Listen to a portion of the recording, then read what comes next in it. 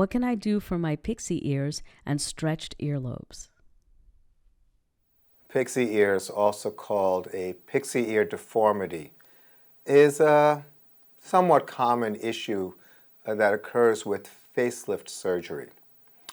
The term pixie ear is used to describe an earlobe that is being pulled downward.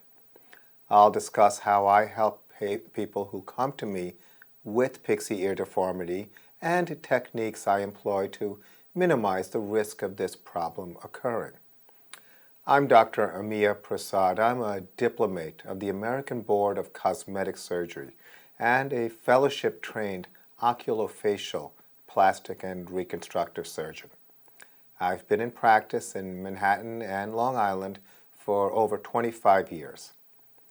I performed facelift surgery throughout my career, and I was actually an early advocate for performing full facelift or face and neck lift surgery under local anesthesia with light IV sedation as opposed to general anesthesia, making the procedure more accessible and allowing my patients to recover comfortably and return to work and other activities sooner than with conventional surgery.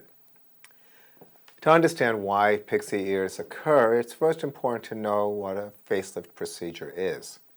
During facelift surgery, the skin is elevated from strategically placed incisions after a deeper layer of the face called the SMAS, or the superficial musculoaponeurotic system, is repositioned. After this is done, there is redundant skin that needs to be trimmed.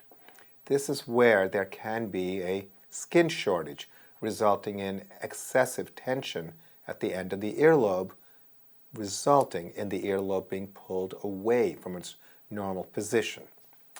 I can say, as an experienced facelift surgeon, there are numerous small steps that help reduce the risk of pixie ear deformity, such that there is minimal skin tension that would cause this thing to occur.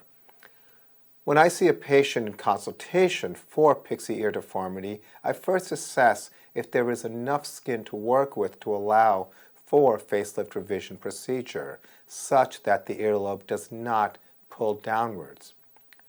Unfortunately, much of the time this is not feasible because there is simply not enough skin to work with.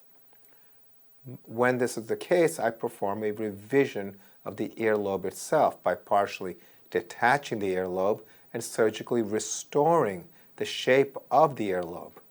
Another aging issue is that the earlobes tend to thin, and so I generally place a soft hyaluronic acid filler, such as Restylane, to restore some lost volume and further enhance the natural shape of the earlobe.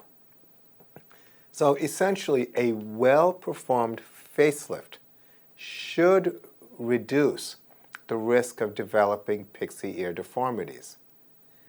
If you end up having this issue, you can improve your situation with directly revising the earlobe and with hyaluronic acid filler placement.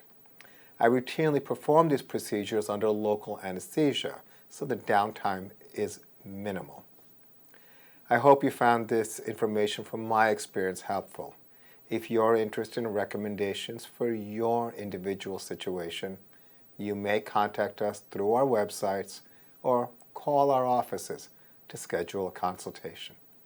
Thank you.